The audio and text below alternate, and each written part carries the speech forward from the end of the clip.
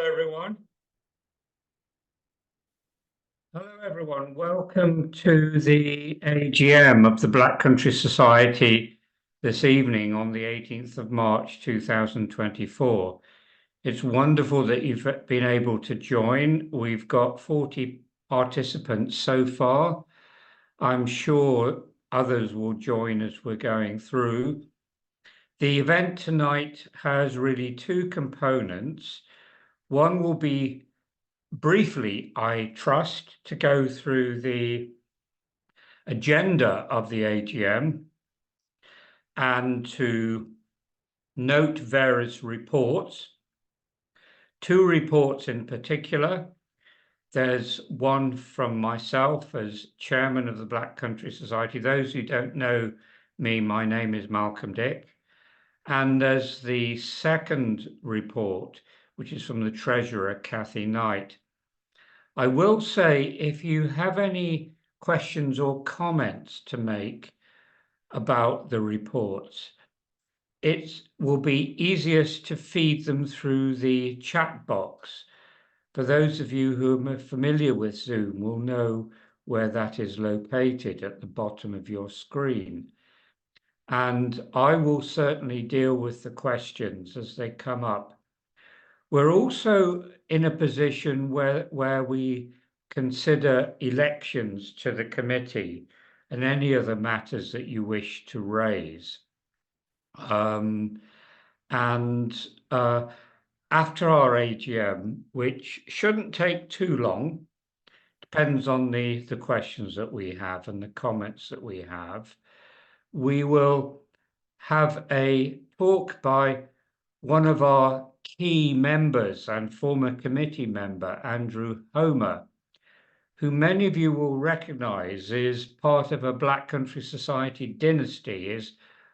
Andrew's father was an important contributor to the early history of the Black Country.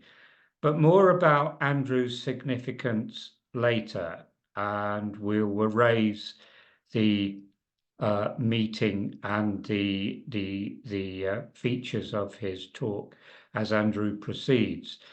But I'd like to proceed with the AGM. It's now 7:32, so I will go through the agenda. We've had a number of apologies.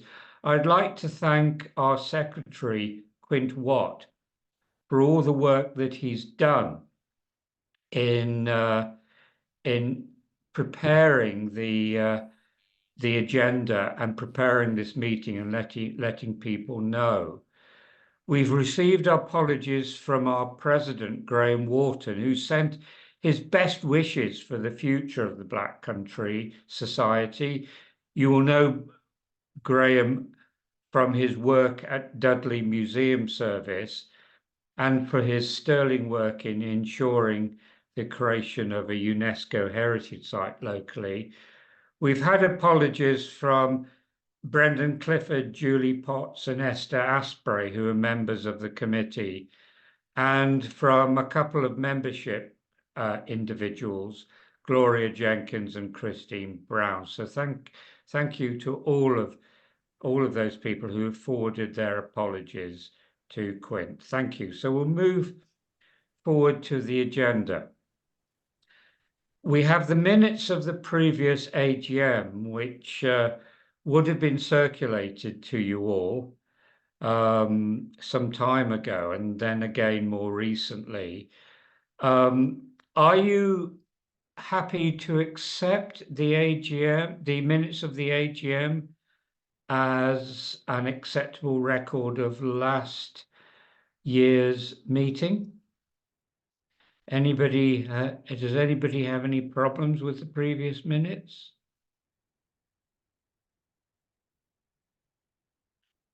Or are there any matters arising from the previous minutes? This meeting that we had in 2023 was in person in Dudley. But already we seem to be getting more people joining online for our AGM. So I've not received any comments about the minutes of the previous meeting, and I've not received any matters arising.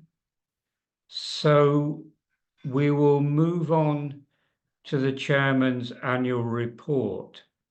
Now, deliberately, when I wrote this, I produced a short report, which was an attempt to summarize what we'd been engaged in. And I'll just again summarize this. Our aim completely is to enhance our preparation of all kinds of activities for members of the Black Country Society. So one thing that has been extremely important, that I'm delighted now we've got a really wonderful process in place, is the regular production of a very high quality magazine, The Black Countryman. So I'm delighted that Emma Pursehouse has been such a superb editor of the magazine. And I've had so many comments from people about what a high quality magazine it is. Please keep sending in articles to Emma. It's a hard job being an editor, but I think Emma does a fantastic job. Also, I'd like to thank the work of our chairman, Quint Watt, who's done a superb job of keeping us in order and keeping records. And we've got a superb minutes secretary as well in Jeff. So those sides of the Black Country Society administration proceed well. You'll be hearing more about the finances of the Black Country shortly. So I'll say more about Kathy's enormous contribution to the Black Country Society shortly. We've got a new minutes secretary in Julie Potts, who can't be with us today, but has taken over the extremely responsible job of communicating with members and ensuring that our records are up to date. That has been a problem for us over the past couple of years, but we're in a position now, I think, where we're ensuring our communication with members and our records are excellent. I'd like to thank a couple of other members of the committee who have been brilliant in taking things forward. Chris Baker, who has set up the online meeting tonight, is our webmaster, and he's really taking the society into the 21st century by engaging in social media, enhancing our website, providing a digital record of our archives, and actually producing a regular online set of events. Also, Keith Robinson has been extremely adept in organising our events at Bilston Town Hall, and that has proved to be a great success as we have enhanced our attendance. I would encourage people to come to our venue at Bilston Town Hall. It's close to public transport, right next to the metro and the Bilston bus station. And there's free car parking, and it's a wonderful venue. It's clean. There are lifts. There's a bar. The staff are fantastic, and please attend our events whenever you can. But other members of the committee have been extremely important in taking us forward. It's always invidious when I sort of name people because I always feel I'm going to leave people out. But a number of members of staff have helped to organise our raffle, including Catherine Skelson-Rees and Narinder Singh and Ian Bott more recently. And Jack Price is a wonderful young member of our committee who has taken us forward in a number of different ways. And you will hear more about Jack and other members of the committee in due course. So what I'd like to say is that my task as chairman, since I took up this responsibility, has been to try and improve as far as I can the offering that we have to members, and that's required. Ensuring we've got people in place who can deliver to our members and make sure that we're efficient and dealing with our finances effectively and responding to our different interests. And we've got a diverse membership, and we want to make it increasingly diverse. We've got to reflect the Black country as it is now, and not the Black country as it was, say, 40 years ago, although that is important. It's really important that we support our existing members, but it's also important that we bring in new members and bring in new ways of looking at the history of the Black country. It's really important to me that we do this. I would just like to say on behalf of the committee how much we appreciate the support from members of the committee. It's extremely heartwarming when I get comments about our the quality of our offering, whether it's our events or whether it's the Black Countryman. But I'm also very happy to receive criticisms and indeed suggestions for future activities. I've had one message in the chat box from Marion, which is directed towards Emma, our editor. Great job, Emma, really impressed.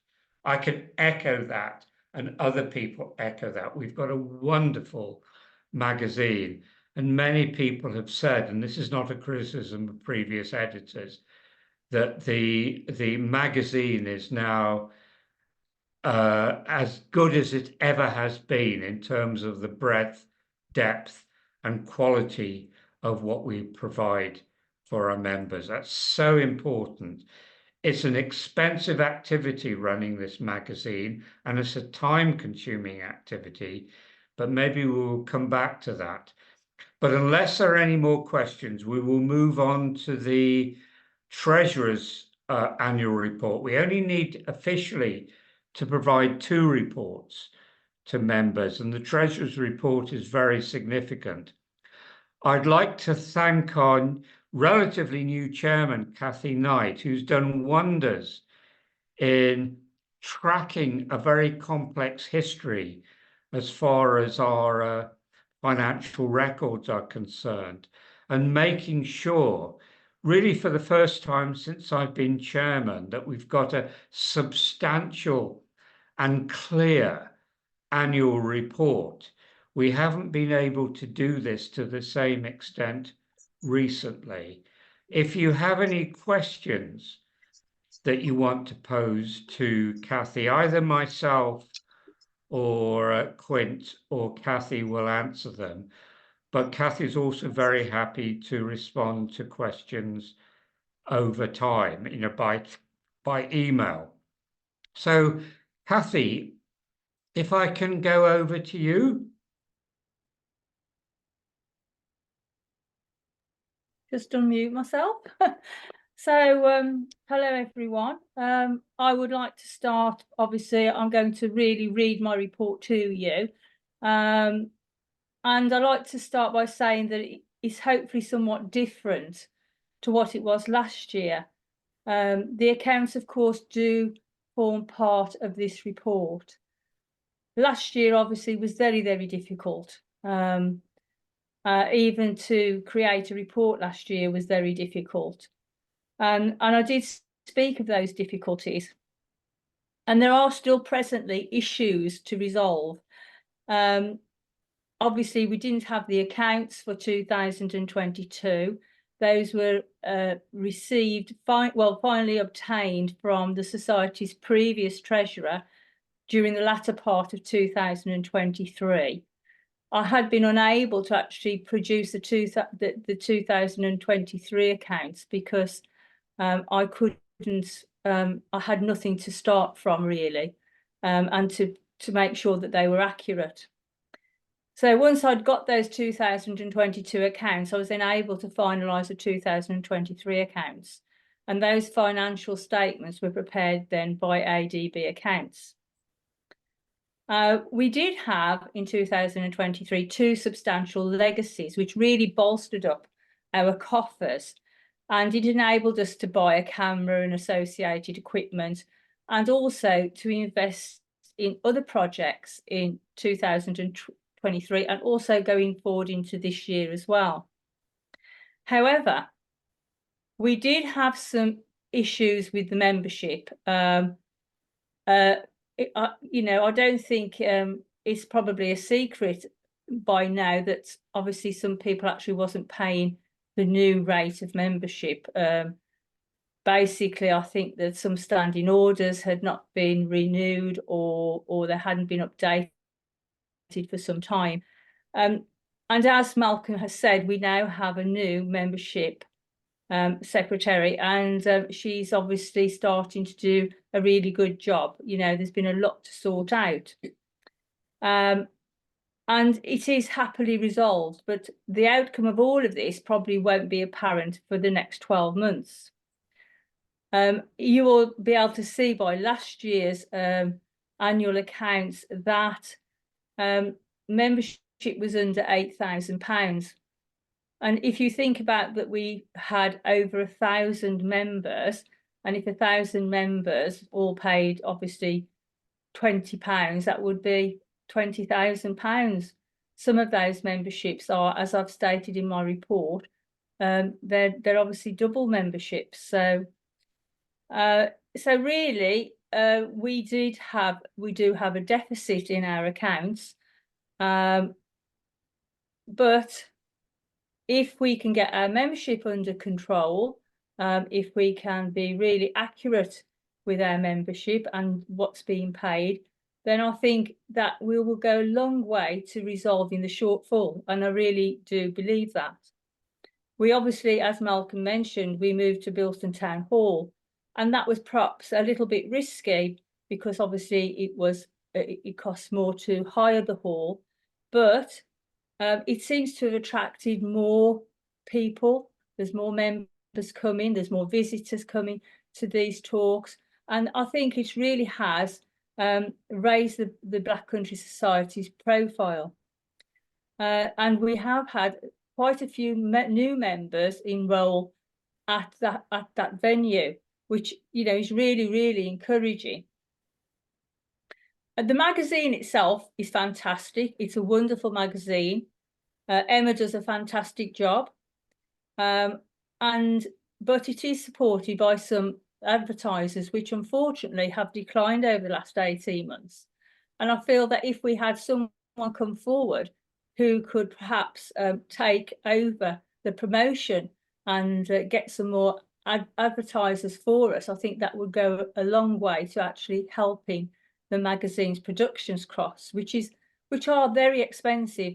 The postage obviously is going to go up again shortly in April. So again, we will have some more increased costs there. The legacies place the societies in a really good financial position. But if you look at the accounts, you can see that the cost of our sales exceeded our income by over £5,000. And if we disregard the legacies, basically we ran at an overall loss of £13,630. But if we have a good membership drive, the correct amount of membership being paid, we have some increased advertising income and increased book sales, we will really go a long way to addressing that situation. And I think that we will not have a loss if we can go along those lines. And I know there's a lot of people working towards, looking forward to what the Black Country Society can do in the future, and proactively working towards that. And I really hope that the Society's members can accept this as perhaps a more rounded report than what I had to give last year. Things have been slow in some respects. There are still some issues to resolve, but all in all, I feel that we are progressing really, really well.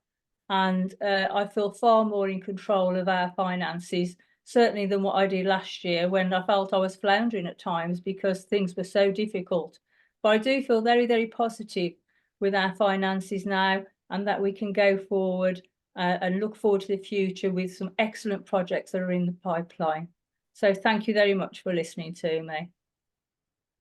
Thank you very much indeed, Cathy. I'm hugely grateful for the work that you've done together with other members of the committee in taking the society forward. You mentioned, and I don't think I mentioned this in my report, about how selling books is a really important dimension. Keith Robinson, who is a fantastic member of the committee, has done a huge amount of work in capitalizing on our resources over the past 20, 30, 40 years. A lot of money has been spent on producing publications which haven't actually been sold terribly effectively. But we're now in a process whereby we've got procedures in place for selling these products. And that's something that we're doing in order to enhance the benefit of members. I would like you to sort of understand that those of us who are members of the committee are committed to the history, heritage, and culture of the Black Country. That's why we're doing our work, most of us in a completely voluntary capacity. And having said that, I'm desperately keen for more members of the Black Country Society to contribute their skills and expertise and their time towards supporting our activities. And please do get in touch with one of us if you can, if you want to play a part in promoting us. We are very successful as a society compared to many others where societies are finding very difficult to recruit people who are committed and who can give their time. We want more people to do that, even if it's just supporting our events, just sort of ticking names off on our lists. But people who have got particular skills and particular interests are most welcome. So please, if you're able to contribute, do get in touch. My aim is to make sure that we're a really successful society and we're engaging with our existing membership, but also promoting the history, heritage, and culture of the region in so many different ways. That's really deep to my heart as a inhabitant of the region and someone who's strongly supporting the society. But I'll leave it there. We haven't had any questions to Cathy, which is fine, but do get in touch with us if you do have any questions. But we now need to proceed towards the election of officers. And this is where I step back as chairman and hand over to our secretary, our wonderful secretary, Quint Watt. Over to you, Quint.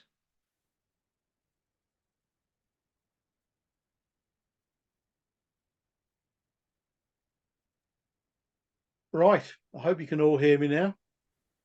Thumbs up if you can, then I'll know. Smashing. Right, so election of officers. Before we proceed with the election of officers, we've got two big decisions to make about who we want on the committee. But before we go to that, what I'd like to do is to actually get you to use the chat option now, because the first proposal I'm going to give to you is that for both of these big decisions, you're happy to vote en bloc for all the names that you see on the screen, if that makes sense. So before we even look at any names, if you're happy, the first proposal is that we should vote en bloc for all the people on the committee in 2 separate votes. And that proposal was by George McFadden, and it was seconded by Narinder Singh. So what I'd like you to do is either put a Y for yes or an N for no in the chat box, so we can get a feel for what you think about that. And I'll give you 30 seconds or so to do that.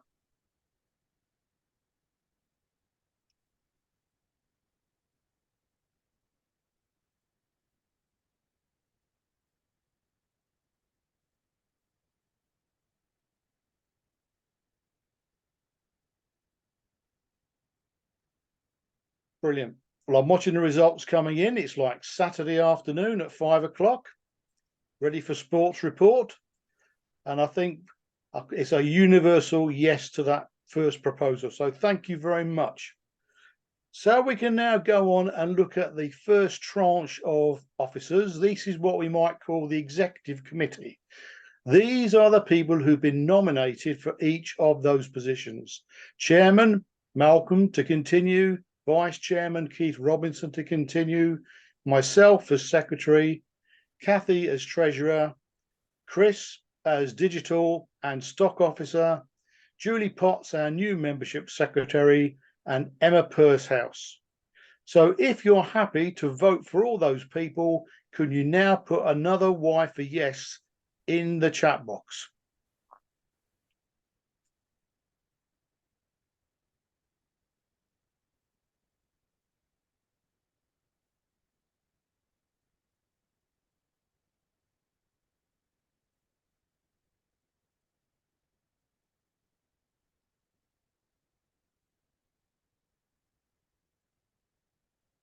Good, that's brilliant. Thank you very much for that. I think they've all been elected unopposed. Right, well, if we'd like to move on to the next page, we can then see the next group of people. Right, this is everyone else on the committee.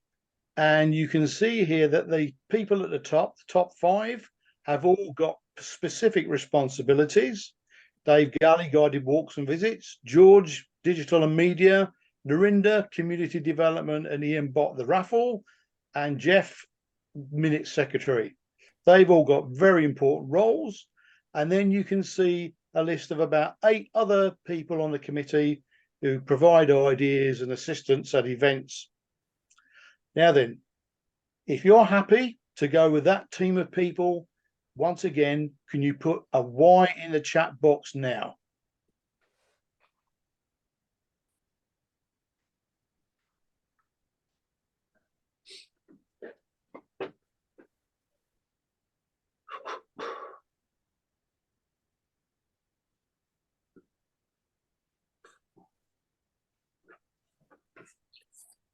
Fantastic. Well, thank you very much for that. You've now elected your committee for the next 12 months. Thank you very much. I think I've done my job now, and we can now go back to the real person in charge, to Malcolm, who's going to take us through the last couple of items on the agenda. Thank you very much. Right. Thank you very much, Quint. I think I should call you Comrade Card Index, after Stalin's wonderful role he played as Secretary General of the Soviet Communist Party to ensure that everything ran smoothly. I have compared the Black Country Society to the Politburo of the Soviet Union. That is not fair, of course. That's me being mischievously naughty, as is my wont. But so I'm going to go through the important points that Quint referred to about resolutions. We have to keep an eye on our finances. We're deliberately not aiming to increase our membership fee yet, despite all the problems that exist. But we're looking at increasing the entrance fee for visitors attending BC events to £5 from £4. What we often try to do at these events is encourage people to join the society, which has been very effective, which has worked. But most societies that I'm aware of do charge £5 for visitors as opposed to members to attend their events. So I'm suggesting, again, if you can give your approval in the chat box, using the Y for yes, I'd be very grateful.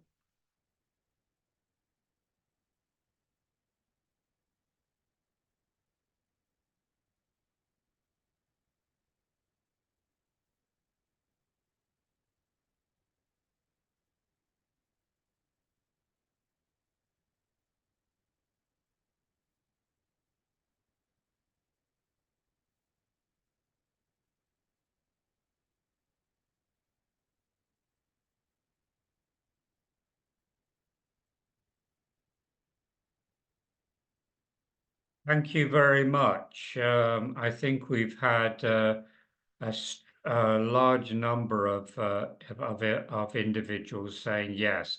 Don't think we've had anybody saying no. But this is just a lot easier to administer, and it brings us in line with other societies. So thank you, members, for supporting that. Any other business? We're very happy to deal with any other business issues. If anybody has to raise them, if you've got any questions, you don't necessarily have to raise them in this meeting, but you can contact us, one of us on the committee. I think I think you know how to contact us.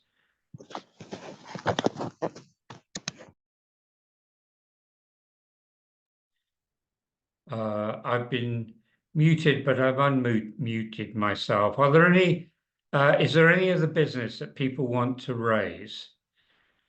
If not, we'll move on to item 9 on the agenda. I'm waiting for any questions or comments to come through. As I say, my commitment as chair is no more than to make sure we enhance and improve our commitment to the history, heritage, and culture of the Black Country in as many different ways as possible.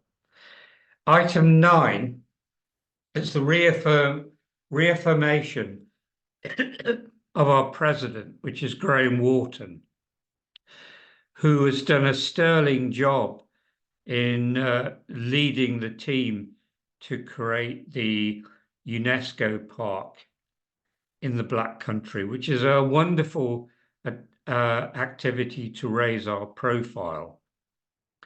Graham is a very modest man, but he's a very competent man, and I would like to affirm our position in re-electing Graham as our president. So again, could you affirm your support for that in the chat box?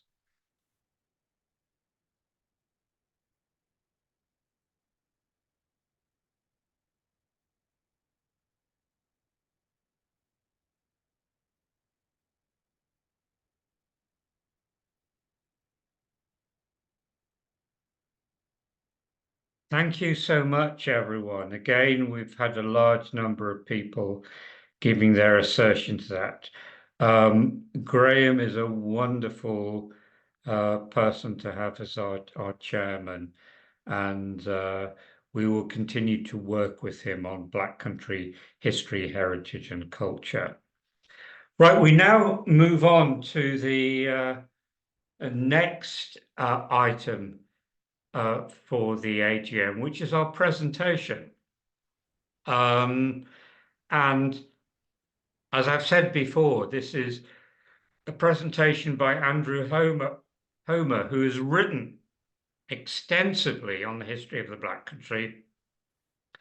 I first met Andrew as a MA student on the MA for West Midlands History at the University of Birmingham, where he produced a wonderful dissertation on brewing in the Black Country. But Andrew's expertise is extensive, and if you search for him on eBay or Google, you will find that he's produced a lot of books.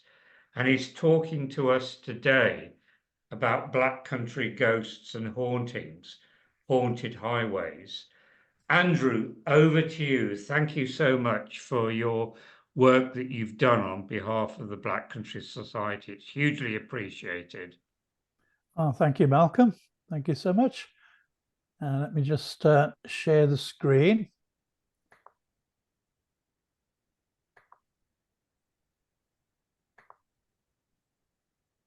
Here we are. Hopefully everyone can see the presentation.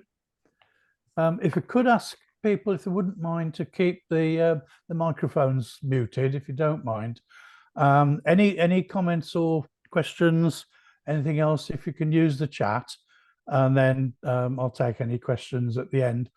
And I can't see it, but you should be able to see a vertical line on the right-hand side of your screen, particularly if you're using a PC, and that line can be used if you drag it to adjust the size of the presentation and to make me smaller, which is probably a very good thing to do. Right, so let me just make sure that this is going to work. Bear with me a second. And that should now be ready to go. So I thought when thinking about Black Country ghosts and hauntings, there's been quite a lot on haunted buildings in the Black Country, not so much on ghosts associated in some way with our roads. And I realized when I was putting this together that the accounts I was looking at dropped very loosely under some quite useful headings. So we are going to start our journey with highwaymen and hitchhikers. And we're going to start way back on December the 18th, 1812. And on December the 18th, 1812, there was a market in Stourbridge. And a chap called Benjamin Robbins had had a very good day at the market, and he was carrying around £20. That is a lot of money in 1812. Fair amount of money now, certainly a lot of money in 1812.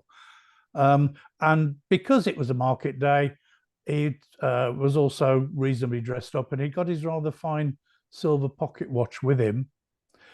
Now, he was going to make his way home across Fir Tree Hill, which was back then the main route between Stourbridge and Kinver, where he lived at Dunsley Hall.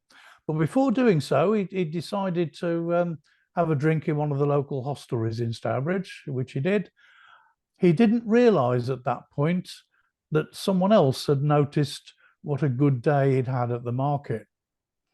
Anyway, Benjamin Robbins is making his way across Fir Tree Hill along the track there, and he realises that there's somebody on the track behind him, which is not unusual. As I say, it was the main thoroughfare back then between Stourbridge and Kinver, and this person is walking faster than Benjamin.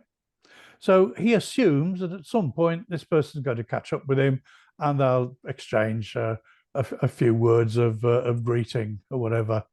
It wasn't to happen, because the chap following him was a man called William Howe, who was a farmhand, but he was also a self-styled highwayman with the nickname of Lord Howe.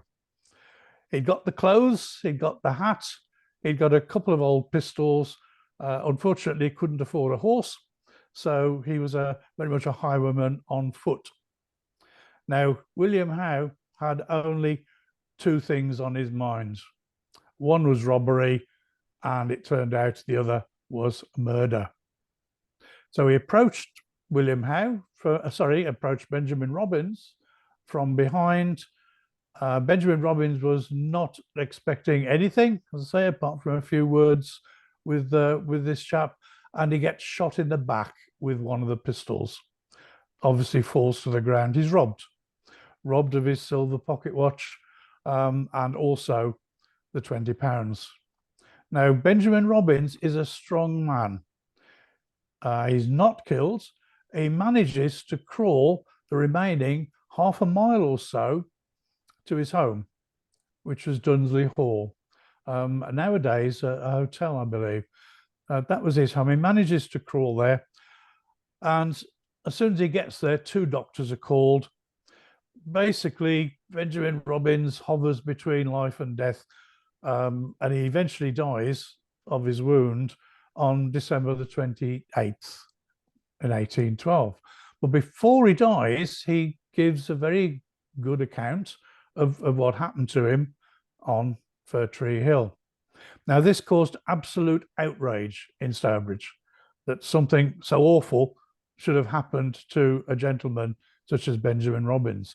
They had a collection, and what they decided to do with the collection was employ two Bow Street runners from London. And they did. They employed a chap called Harry Adkins and a chap called Samuel Taunton. Now, I am going to cut a very long story short here, because both of these two gentlemen did a very, very good investigation into what had happened, and they eventually arrested Howe in London, where he tried to escape, and he was brought back to Stafford Jail for trial. Now, it turned out that two things basically convicted Howe. To start with, while he was in jail, he told another prisoner that he'd pledged the rather fine silver watch to a Mr. Powers of Warwick, who was a pawnbroker. Mr. Powers was able to give evidence to that effect. But also, he wrote a letter to his wife, telling her that he'd hidden one of his two pistols in a hay rack in Old Swinford. And he was asking his wife basically to retrieve it and get rid of it, throw it in the canal or bury it somewhere. Now, this was his wife, bear in mind. He should have known that she couldn't read. And so she had to give the letter to someone else to read it to her. Well, obviously, the game was up. William Howe, he confessed on the gallows to the murder, but he became one of the very last men in this country to be gibbeted. And he was gibbeted within sight of Benjamin's home.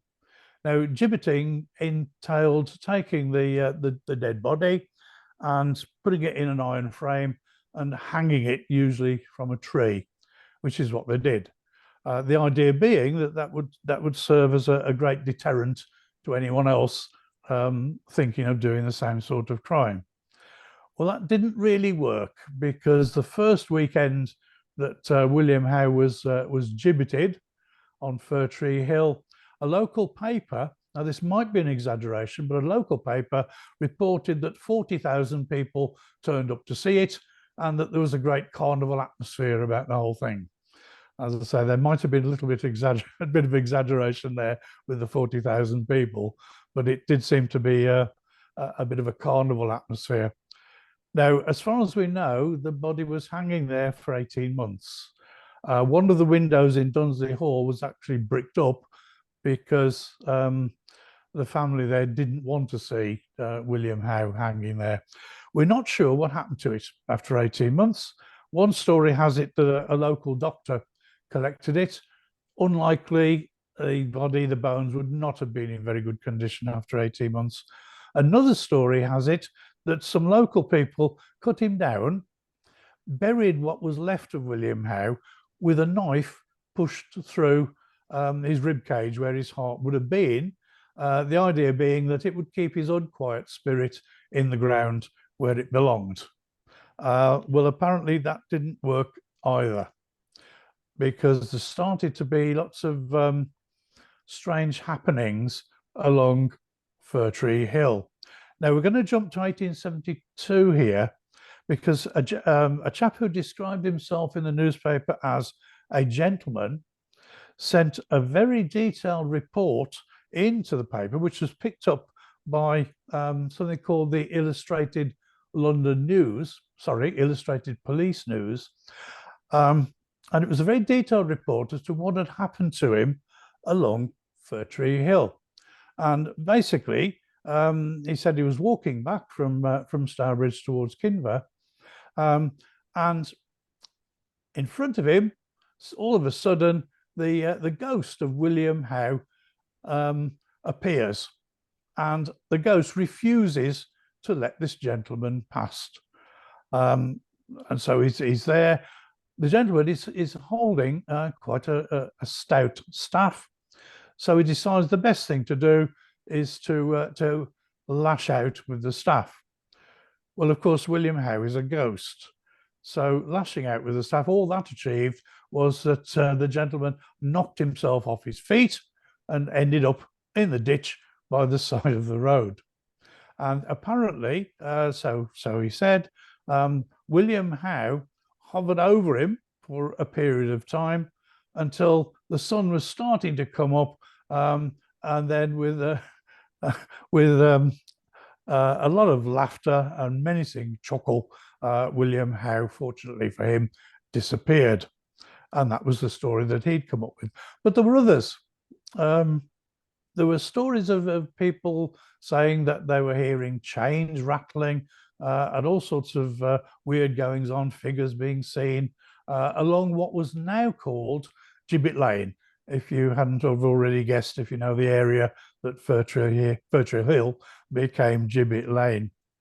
In 1940, a lady returning home from work, full moon, was stalked by a figure, which must have been extremely unnerving for her. But even more unnerving, she could see quite clearly in the moonlight that the head of this figure was flopping loosely from side to side, as though his neck was broken. Now, after she passed the point at which it's believed William Howe was gibbeted, he disappeared, fortunately for her. Even today, I don't know whether anybody's been to Gibbet Lane at all. Even today, on a nice summer's day, it is quite eerie, and people still claim to see various shadowy figures, and also hear the rattle of the chains. If anybody's interested in the history, not so much the ghosts, but the history of the Dunsley murder, if you go onto our Black Country Society website, we sell a book called The Dunsley Murder of 1812. It's by David J. Cox. It's a very good book, and at the moment it's a bargain because it's on sale for just £3.99. As I say, it covers in great detail the history of the case, which is fascinating, but not the ghosts. You might recognise this. It's now called the Manor House of Whittington.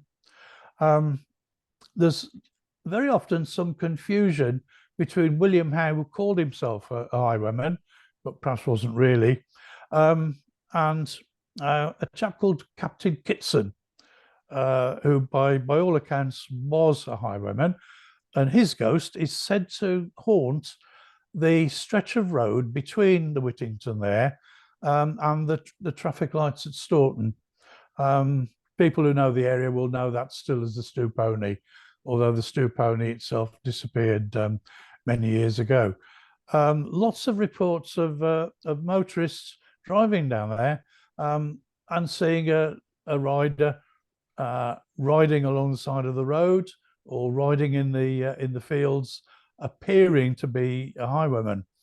In the 1990s, there was quite a good detailed report from a nurse returning from Kidderminster along the road, Early hours of the morning, she'd done a night shift, and as she's driving along, she sees a horse and rider galloping along and keeping pace with her car.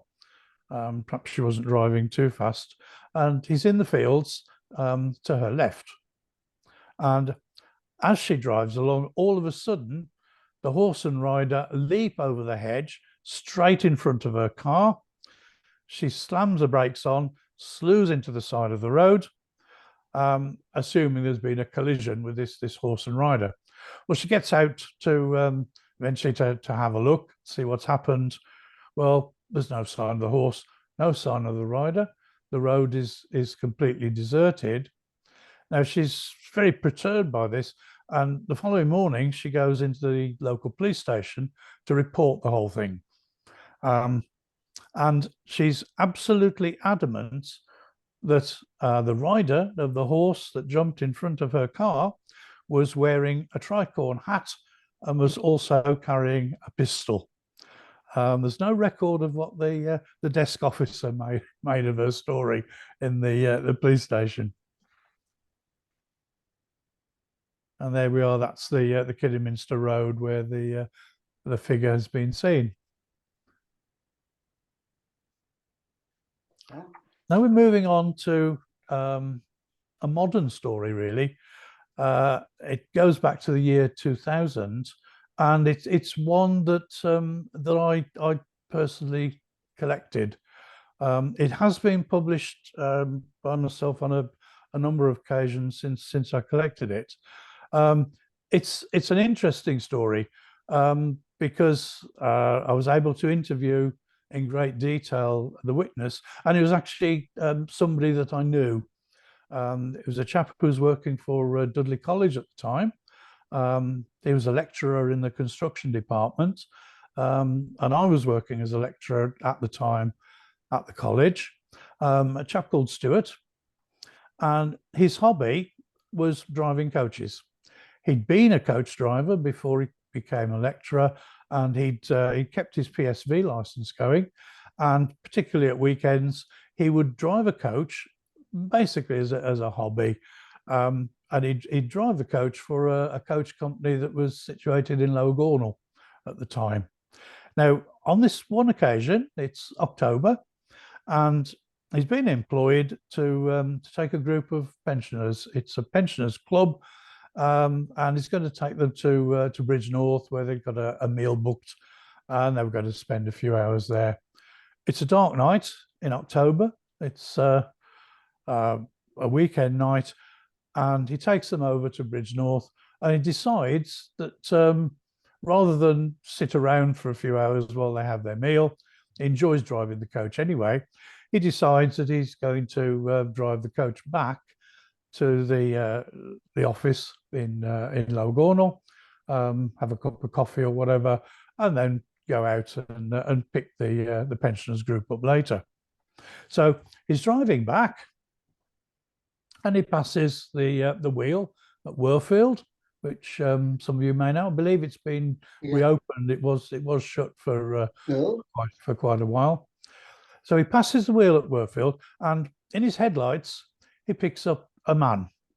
Now he's walking along and he's carrying a petrol can. Pretty obvious that this chap has broken down.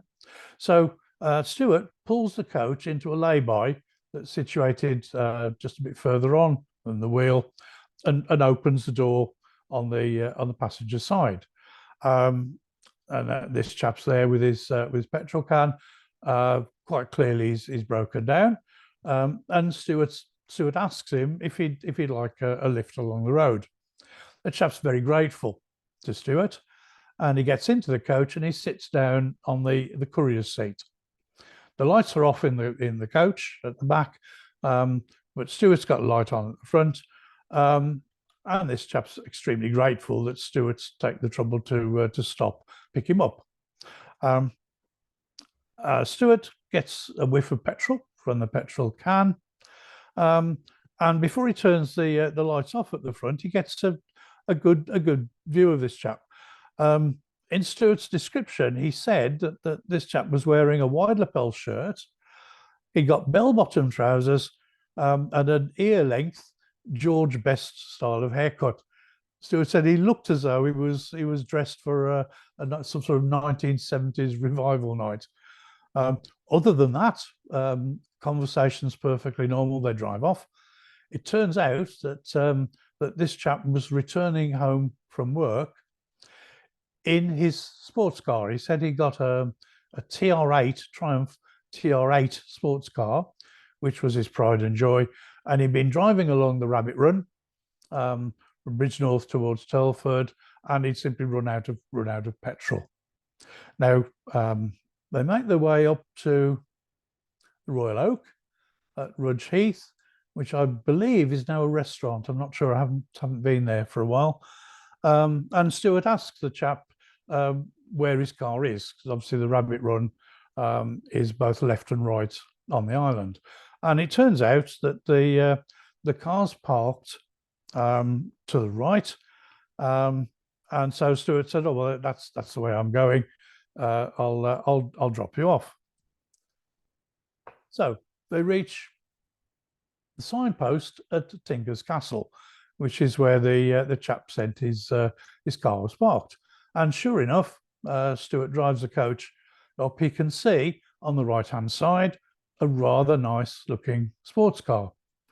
Now, Stuart at this point says, "Oh, there's your TR7," and the chap corrects him, and he says, "No, it's not a TR7. It's quite a rare TR8. Absolutely my pride and joy. It's a TR8, which I believe had V8 engines in them, quite powerful sports cars." So this is parked on the grass verge on the opposite side to the signpost there. So Stuart pulls the coach up beyond the road that you can see there, so that he's not blocking any traffic that might be coming. Pulls the coach up, opens the door. The chap thanks Stuart very much. He's very grateful for the lift that he's had. It saved him a long walk. So the chap gets off the coach. He walks in front of the coach, past the windscreen, and down the side to his car. Now, Stuart at this point is going to leave him to it. He's got his petrol. There's no reason to stop. So Stuart looks in his rearview mirror before pulling off, obviously. He doesn't see the man or the car in the rearview mirror, but he thinks, well, probably in the blind spot. So he winds his driver's window down, puts his head out of the window, and looks back. There is nothing there. There's no car. There's no man. The crossroads is absolutely, completely deserted. It's only been a matter of 15, 20 seconds, maybe even 30 seconds since the chap had walked past his window. There's absolutely no way he could have filled the car with petrol, stowed the petrol tank, started the car, driven off in that short space of time. Stuart said the hairs on his neck really stood up. He said he drove away as fast as he could from that crossroads. Now, Stuart did do a little bit of checking, and he contacted the garage at Worfield, spoke to the manager. Stuart really wanted somebody to confirm that they'd also seen this character that he'd picked up. When he spoke to the chap at the garage, the manager said, "No, we haven't opened here for a few decades. It's just too quiet at night, so we don't open." Now, to all intents and purposes, Stuart's experience was a real one. When I interviewed Stuart, to start with, he was a bit reluctant to even tell the story because he told it to a few people and they simply laughed at him. I believe that was what happened to Stuart. He was a chap that I knew relatively well anyway. It's got all the hallmarks of a phantom hitchhiker. There are a number of phantom hitchhiker stories from all over the country. They all are similar. Somebody picks up someone and gives them a lift. To all intents and purposes, it's a real person. they have a normal conversation, and then at some point in the journey, the person disappears, and it's at that point that the person experiencing it realizes that it's something strange, and that's exactly what happened to Stuart. In talking to him, it seemed he knew nothing about phantom hitchhikers, knew nothing about anything paranormal at all. So that was Stuart's experience. It also has some similarities with what are known as time slips. I'm not going to cover them tonight.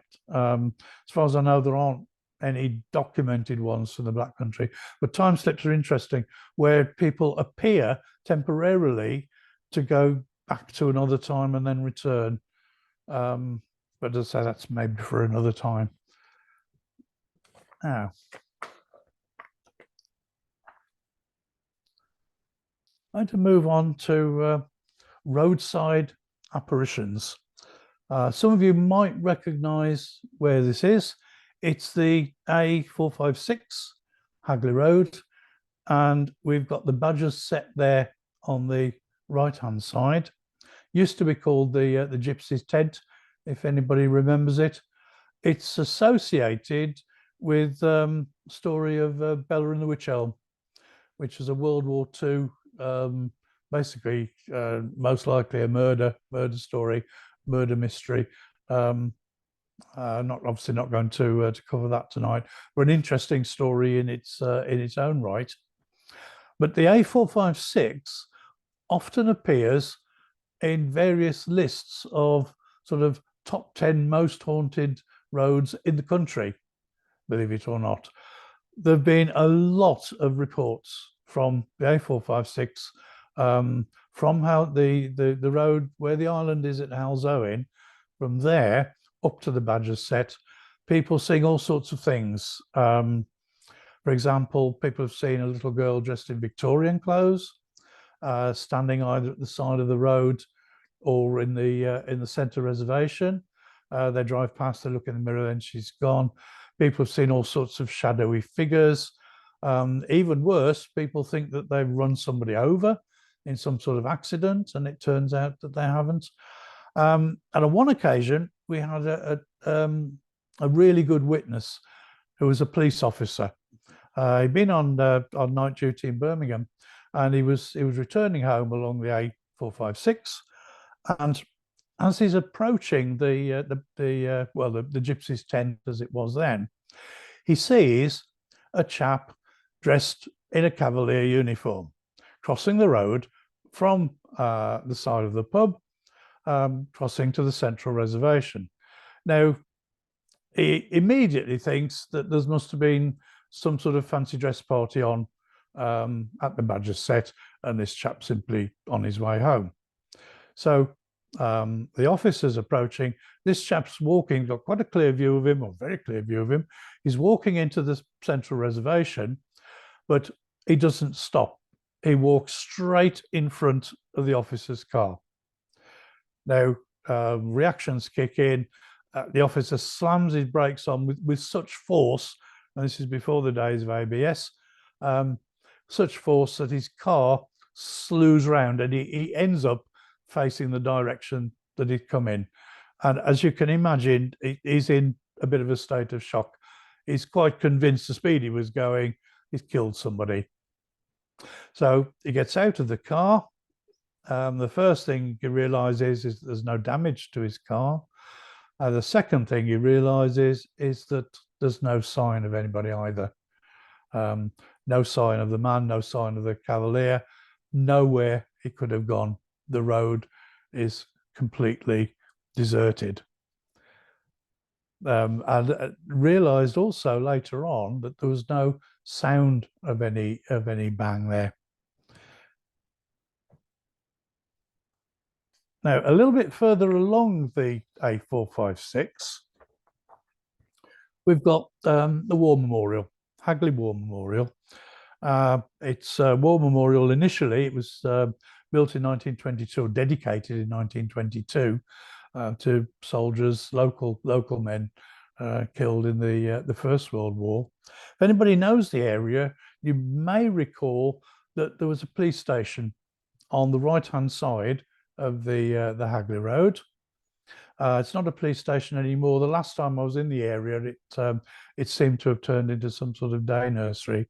But the period we're talking about, it was an active police station.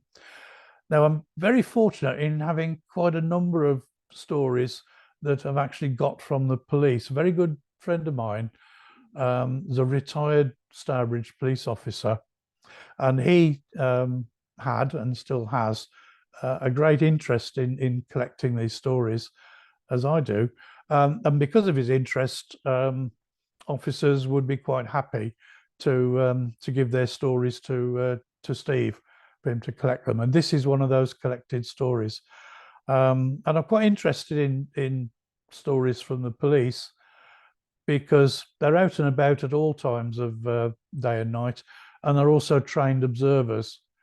And they're also not likely to be half asleep or hopefully drunk as they're driving along. So on this one occasion, an officer has had his break in the police station, which is probably only a few hundred yards from the War Memorial.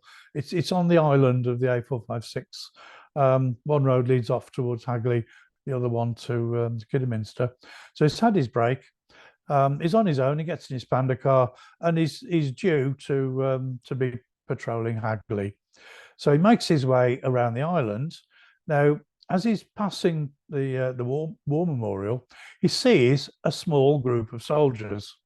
They're marching along the side of the road, and they appear to be dressed in what looks like First World War soldiers' uniform. Now, his immediate thought, logical chap, that there's a reenactment that's going to go on somewhere. Now, I've got a lot of friends who do these kind of reenactments, and they are serious about it. So if they're doing a weekend reenactment, they spend the whole weekend. They will dress up in the clothes. They will stay in tents of the time. They will cook food of the time. They live in that period of time for the weekend or whatever it is. They are that serious about it. So he assumes that it's some reenactors on their way to one of these events. But it's going to break the night up for him, and he's a little bit curious, a little bit interested. So he decides what he'll do is he'll drive around the island, because he's past the soldiers by now. He's going to drive around the island, and then he's going to pull in front of them and just have a little chat with them. Not do anything wrong, but he's just interested, curious, have a bit of a chat. So he drives around the island. They aren't there.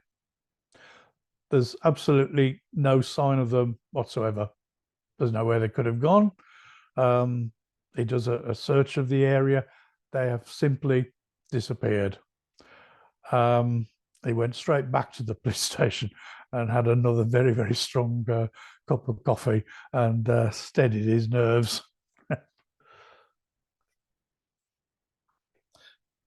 There's another story here from Stourbridge Police. Again, this was collected through Steve. It's an odd story. It's a curious story, and it involves two policemen, not one.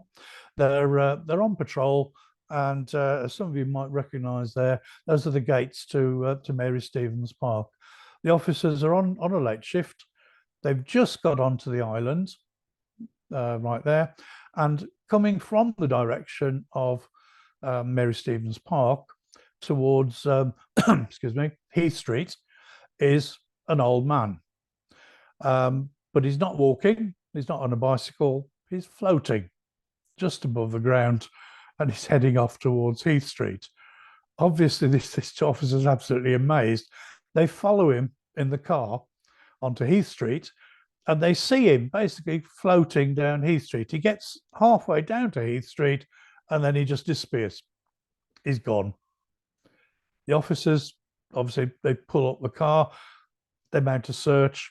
There's absolutely no sign of this strange character anywhere.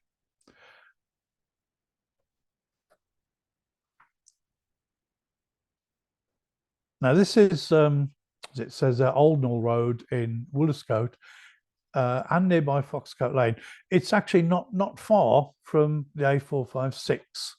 And one of the figures seen, has been seen quite regularly on Oldnall Road, is very similar to the little Victorian girl seen on the A456. But the little girl is not the only figure seen here. There's a lady dressed, so they say, in period clothes. A man in black is seen, but the little girl is particularly unnerving. This is the brow of the hill at Oldnall Road. If anybody knows it, although it's between sort of Stourbridge and Halzowen, for this bit of road, it appears to be in the countryside, and you've got the brow of the hill. So drivers come up the hill, and this little girl all of a sudden is standing in the middle of the road right in front of the cars. Obviously, they slam the brakes on. Similar to the A456, they stop. There's nobody there, no sign of a little girl. It happened to a couple, man and a lady, driving up Oldnall Road, but they were convinced it was actually a little boy in Victorian clothes rather than a little girl. Now, on nearby Foxcote Lane, and this is late one afternoon, it's not at night, but there's a very quite detailed report from a retired gentleman who braked really hard to avoid knocking down a man in the middle of the road that he said was in Victorian style clothes. But in actual fact, he needn't have worried about knocking him down, because apparently the man passed straight through the gentleman's car. Now, this is a story collected from a friend of mine, a late friend of mine, as it happens, from a few years ago. As it says there, it's the Swindon Road near the mile flat. There have been a lot of reports of phantom accidents along the mile flat. In other words, people see an accident. To take one example, a gentleman driving along there, he sees on the opposite side of the road a fairly old-fashioned looking car runs into a bicycle and knocks the chap off the bicycle. The chap stops his car to get out and help. Well, there's nothing to do. There's no car there. There's no bicycle. There's no accident. When I was writing one of my books, Black Country Ghosts and Hauntings, happened to mention one of these stories to a friend of mine, John, and he said that he'd had an experience many years ago in exactly the same place on the mile flat, and he said he was quite happy to tell me the story, but he didn't want his name used at all. He was afraid of ridicule, I think. So I'm just going to call him John. I've respected that and not actually used his name. But his story was that when he was younger, he and his friend had taken their respective girlfriends out for an evening in Dudley. They all lived in King Swinford, and indeed John was still living with his wife in King Swinford when I knew him. And they were driving back along the Swindon Road, right by the rugby club. And as they're driving along, all of a sudden, they hit a thick fog, a mist. And in the mist from the side of the road, a gentleman in a grey coat steps out right in front of the car. And John said that he and the passengers saw this chap be hit by the front of the car. He sort of dives over the bonnet, is being hit. They're in a state of shock, as you can imagine. They get out of the car to help if they possibly can. As they get out of the car, the mist all of a sudden disappears, together with the man in the grey coat. He's not there.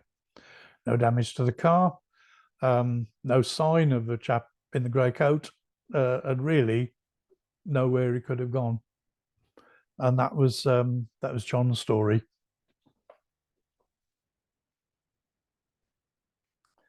Now I've got 2 or 3 stories here. I'm keeping an eye on the time here. I've got 2 or 3 stories here which I've called gentlemen of the road. I'm sure many of you will recognise the Starving Rascal here.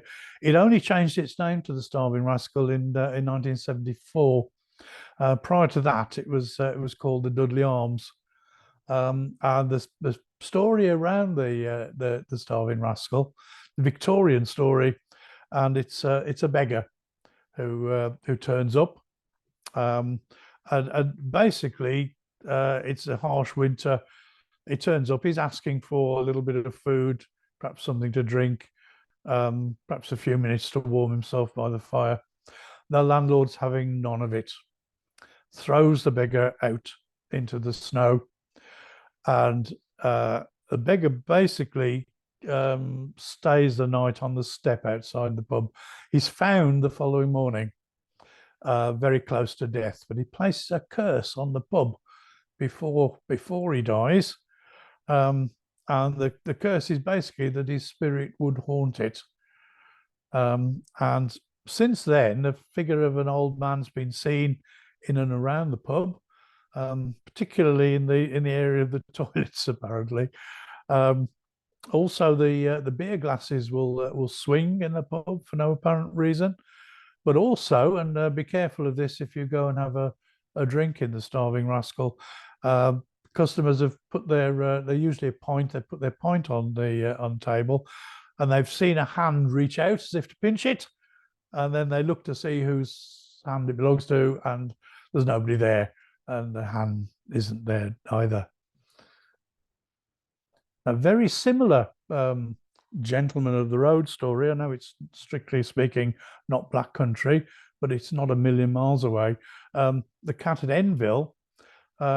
Story there of an old tramp called Billy Pitt and his dog called Jim. Again, it's a winter's night. He's making his way to the Seasden Union Workhouse, which incidentally is still there in Treasel, not used as a workhouse anymore, thankfully, but the building is still there on Union Lane if you know where to look. So he's trying to make his way there. But he doesn't really get much further than the cat, and he collapses in the snow with the cold. Now, a group of ne'er-do-wells come out of the pub because they hear, because the old tramp has collapsed, his dog's howling to get some help. They come out of the pub. They drag Billy Pitt into the pub. They revive him by the fire, and then they basically ply him with strong drink, basically having some fun with him, the poor old chap. Well, anyway, eventually the landlord's had enough of all of it, and throws a lot of them, including Billy Pitt, out of the pub. Now, the period of time we're talking about, the stocks were in a position outside the pub. They put Billy Pitt in the stocks. His dog's howling again. They strangle his dog, and they leave Billy Pitt there. He freezes to death. He's found the following morning. He's frozen to death, and the dog's there as well. Since then, on occasions, Billy's dog has been heard howling in the night air, and also the figure of Billy Pitt has on occasions been seen crossing the Bridgenorth Road, heading towards the pub. I've included this one only because the Crooked House has been greatly in the news lately. It's not strictly speaking a ghost story. It's very short. It's a legend, really. I only came across one reference to this legend, and it's in a publication going back to 1904. And basically, it concerns a beggar who's working his way along the lane towards the crooked house, and he's using two crutches. He's very, very disabled, using two crutches to support himself. When the pub comes into sight, he lets out a shriek, apparently at the extreme crookedness of the pub, and instantly throws away his crutches and then proceeds to run across the back country as fast as his legs can carry him, and he's miraculously cured by just the sight of the crooked house. That's quite a peculiar little legend there from 1904. I'm going to jump past, looking at the time, I'll jump past Spring Heel Jack, I think. This one's quite an interesting story. Obviously, well, for those that know it, it's Himley Hall, and there've been quite a number of alleged sightings of people described as cavaliers around Himley Hall. Motorists on the Himley Road on a number of occasions have reported a figure passing in front of the car.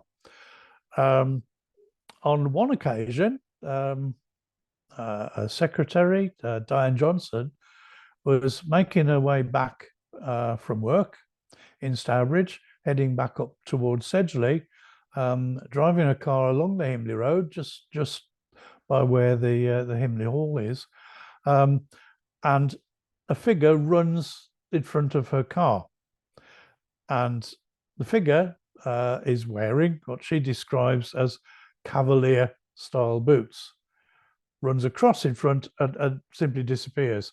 Now, if you know the area, there's a long fence along there. There's nowhere for anybody to go.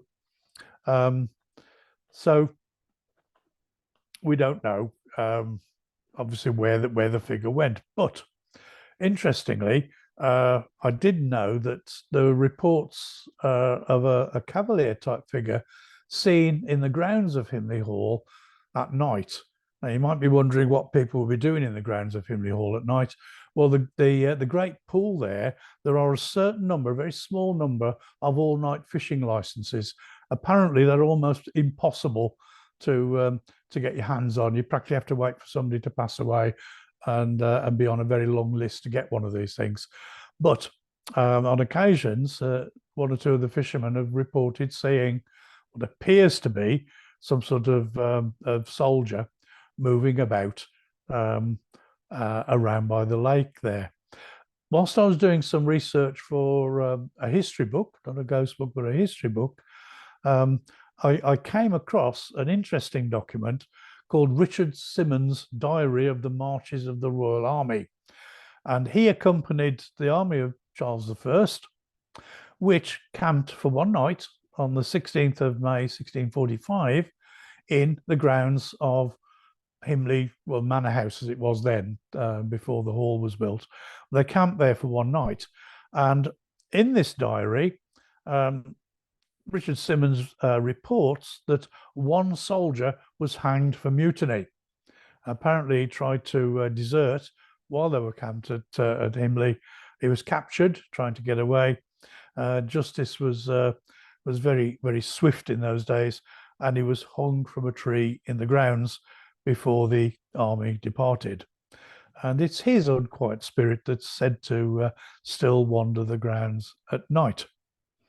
You might be wondering, do I believe Diane Johnson's account of the cavalier and the cavalier boots passing in front of a car? Well, to paraphrase Charlotte Bronte, reader, I married her. So, of course, I do believe her. There's also been a number of cavalier figures seen on Barnet Lane, not far from the Old Cat. The Old Cat is said to be haunted by a cavalier figure, possibly associated with the flight of Charles II from the Battle of Worcester. Opinions vary as to the route he actually took. And one version, he stayed. The cat wasn't there then, but he stopped in the area for some food and drink, and another version he took a completely different route. Nonetheless, quite a number of Cavalier type figures have been seen in the area. On one occasion on Barnet Lane, which is very, very close to here, three ladies in their house went to investigate why their security light had come on. They looked through the window and they described what appeared to be a soldier in 17th century attire was walking past their window and had apparently switched on the security light. Another couple walking along Barnet Lane said good evening to a man dressed as a Cavalier, who they assumed was on his way to a fancy dress party, only to watch him disappear straight through a thick hedge in front of them.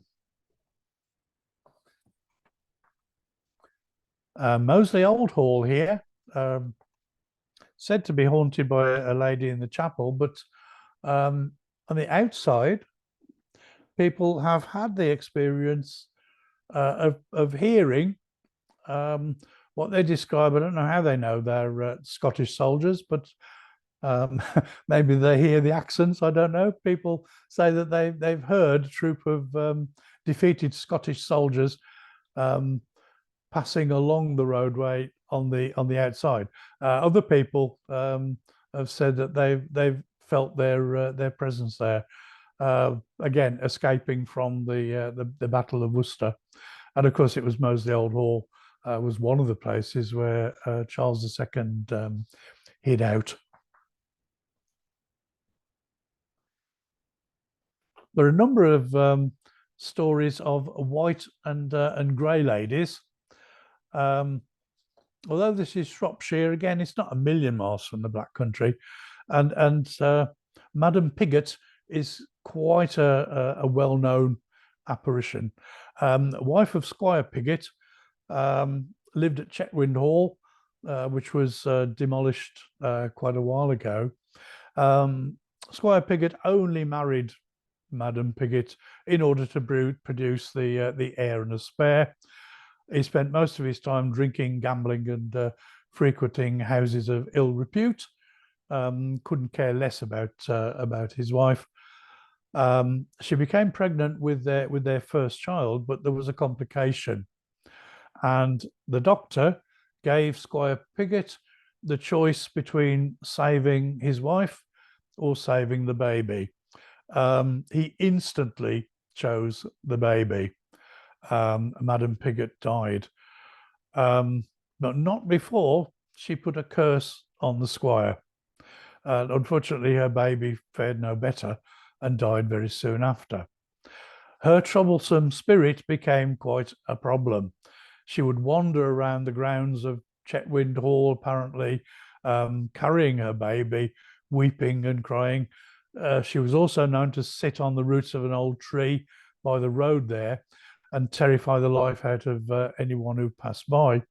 It got so bad, apparently, that the squire employed 12 clergymen to trap her spirit in a bottle and cast her into Chetwynd Pool. Now, one harsh winter, apparently, it was so cold the ice cracked open the bottle. Madam Pigott was out again, and, to be honest, not best pleased. This time, she took to jumping in the saddles on the back of passing horses as people were passing by, usually young gentlemen riding their horses, and she would suddenly jump on the back, terrifying the absolute life out of them. More recently, she's been seen on a number of occasions in the vicinity of Chetwynd Church and the A41 road into Newport.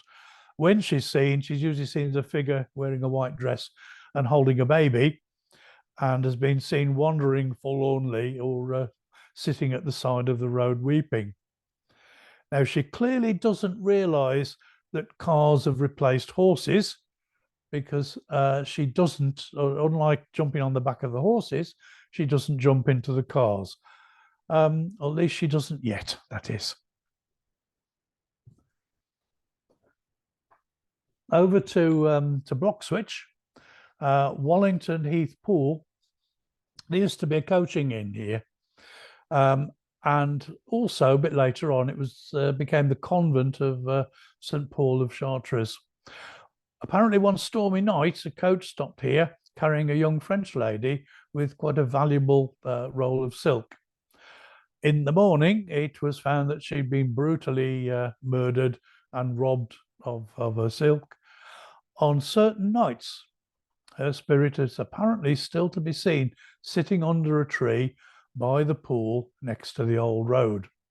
She's not alone, though, because another ghost, I really love this name, another ghost quite well known in Bloxwich, she's known as the Flying Nun of Bloxwich, shares the pool with her. Apparently, the nun committed suicide, and her misty figure is still seen floating silently above the pool. This is the M5 motorway island at West Bromwich. The building there is Sandwell Arch, and it was the entranceway to Sandwell Hall, which dated back to 1738. I believe it was knocked down, I think, in 1928. A hooded figure has been seen crossing the road here, possibly associated with Sandwell Priory, 12th century Benedictine monastery. But also another lady in white is seen here, usually in the very, very early hours of the morning. When she's been seen, she's often been mistaken for a hitchhiker, until she promptly disappears if anyone stops to give her a lift. We've got a couple of quick stories here from where I used to live in Sedgley. We have on either side of Sedgley, on the Gornal side, we've got a grey lady, and on the other side, we've got a white lady. The grey lady haunts the coachway, or coach road, that led to Ellows Hall. Now, Ellows Hall was demolished in 1964 to make way for Ellows Hall School. But the coach road is still there. It leads off Moden Hill. And it's the coach road, and indeed the school itself is believed to still be haunted by this apparition known as the Grey Lady. Now, although she's become associated with Old Ellows Hall, there's no real evidence that of who she might have been or why she should haunt the area. But one local legend, going back quite a few years, was that if the Grey Lady was sighted by miners on their way to work, then there was sure to be an impending pit disaster. And on seeing her, the miners would simply turn back for home again. The lady on the other side has apparently been seen quite regularly. She haunts Tulse Hill Bridle Way. She may have been associated with a long demolished house called Tulse Hill House, which, if anybody knows the area locally, it got the nickname of the Belgians, or the Belgium Yard, because there were Belgian refugees housed there during the First World War.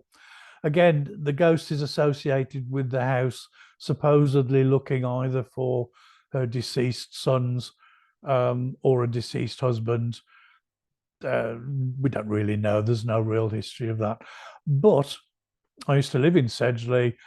I know quite a number of people who claim to have seen the lady in white. She's described as wearing she's veiled, wearing a white dress, seen floating through the woods. So I know one or two people who do claim to have seen her in relatively recent years. Our last section, men at work. Oh, there's I forgot to press the button on this. Ellows Hall Coach Road, as it is now. Tulse Hill Bridle Way, as it is now. So we've got here the Barley Mow. Managed to get this photograph just before they knocked it down. It's now a small housing estate. The pub supposedly haunted by various shadowy figures, smell of burnt toast early in the morning when nobody's toasting bread, but also allegedly haunted by a chap called Sam Cole and his horse. Now, Sam Cole appears to be a bit of a nickname because he was a coalman of the old school with horse-drawn wagon. Now, apparently, his horse would be quite happy to wait outside the pub while Sam enjoyed a pint or three in there. And the sound of his horse and cart apparently could often be heard outside on the road, although there's never anything to be seen. Now, an old friend of mine was involved in a paranormal investigation there many years ago. And as is quite usual, he'd not been there before. It was quite usual for people who were investigating not to be told any of the history, particularly the hauntings of a building, in case it coloured anything that they might experience.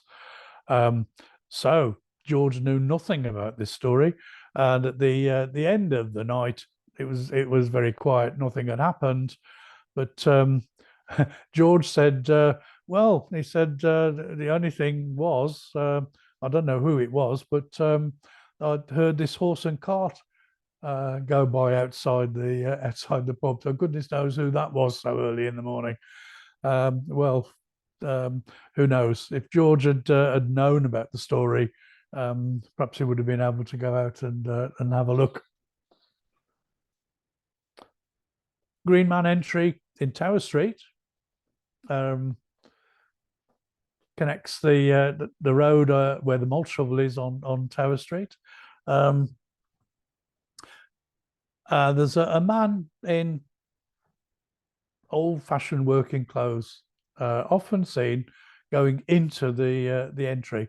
The last time he was seen was not so long ago, and it was a female student from Dudley College, done night class, making her way home, and she follows this old gentleman in working clothes into the alleyway. He's only a few yards ahead, moving quite slowly. When she reaches the entrance to the alleyway, he's gone. They couldn't possibly have reached the end of the alleyway by the time she got there. He's simply disappeared. It's called the Green Man entry, not particularly because of the rather fine green man there, that's the one that was stolen a few years ago. But there was a pub there called the Green Man, with apparently an entrance to the left-hand side. So whether that's where the old man's going, who knows?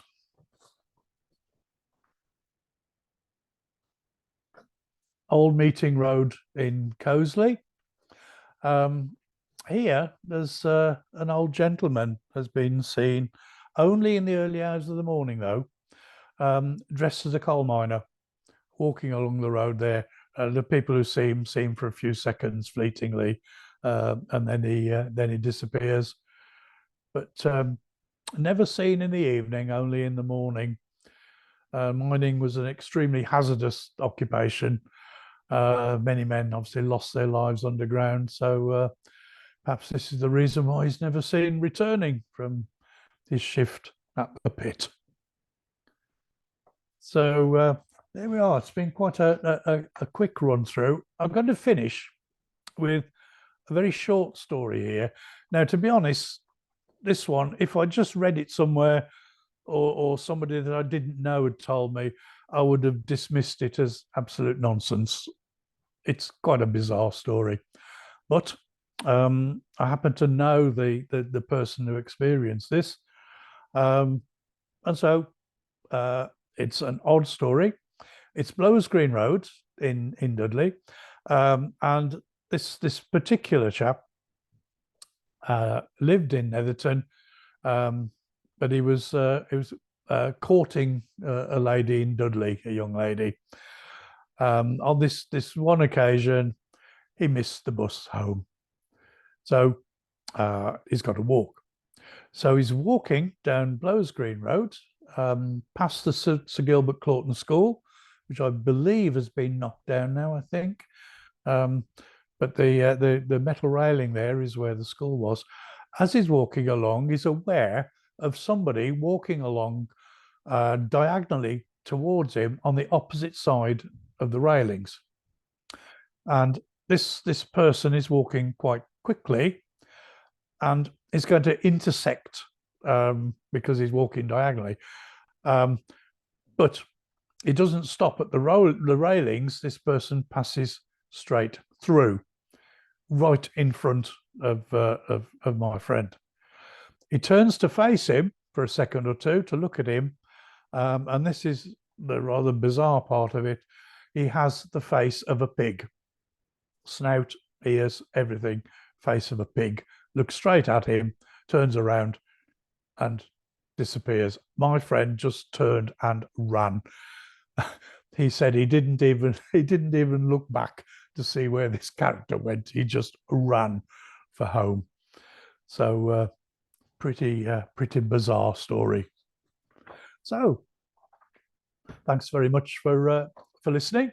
And if anybody has any questions or comments, either on the AGM that preceded or the presentation here, please put them in the chat. And I'll leave you with just a quick saying from Carl Jung, who said, I shall not commit the fashionable stupidity of regarding everything I cannot explain as a fraud. But of course, we have to remember in Carl Jung's day, he didn't have the benefit of YouTube. Thank you for listening. Thank you, Andrew. Could you stop sharing screen, Andrew? Have I just done it? That's it. Yeah, fine. There I'll we show go. my face for the first time. I'm Chris Baker. I'm just here really to wrap this up. Are there any questions or comments that folk would want to put into chat? I'll read a couple that's come from Jay McQuillan. I live in the Lake District, Cumbria. I remember being met with skepticism when I reported an earthquake. I wondered what would have happened if I'd reported a ghost. More skepticism, probably. Pleased to, and from Jane again, pleased to see new owners of the Crooked House ordered to rebuild it. Is it possible? I suspect you might not want to go there, Andrew. Sorry, say that one again, Chris. Pleased to see the owners of the Crooked House have been ordered to rebuild it. Is it possible? I think it is. And it's not the first time it's been rebuilt. I did an article on it in one of the previous Black Countryman magazines. It was extensively rebuilt and made to look crooked quite a few years back. If they've got still got the plans available, I think it would be quite straightforward to rebuild it as it was. Whether that's the best place for it, where it's situated, is another question. But yeah, I won't say too much more about that. But yeah, I think it could be put back relatively straightforwardly. From Emma Pursehouse, magazine editor. Brilliant, really entertaining. Thanks, Andrew. Thank you. Jane again, no questions, many thanks. Marion asks, do you believe in ghosts? Have you seen a ghost? I could do another 45-minute talk answering that question. It's a very good question. I'm gonna answer it with a quote, and it's quite a good quote. It's a quote from a chap called William James, who was an American psychologist and philosopher, and he said, "If you wish to upset the law that all crows are black, you mustn't seek to show that no crows are. It is enough if you prove one single crow to be white." As far as William James was concerned, his single white crow was a gifted medium called Leonora Piper. Over my years of collecting stories, investigating many things, I have come across not many, but one or two examples of a white crow, as far as I'm concerned. So I hope that's a sufficient answer without going into tremendous detail. Moment, I think. Are there any other things to put into chat, folks? No, I'd just like to, as chairman, just to like Andrew for closing our AGM with an entertaining presentation. And just to thank you for what you've done, and also to thank members of the Black Country Society and the committee for all that they've done. Please, I would say to members of the society, keep supporting us. Keep supplying articles to Emma. If you've got any suggestions of what we should be doing, then do let us know. And if you've got any offers of help, no matter how small, please again, let us know. Thank you very much indeed, everyone. Thank you. And I'll see you again at another event.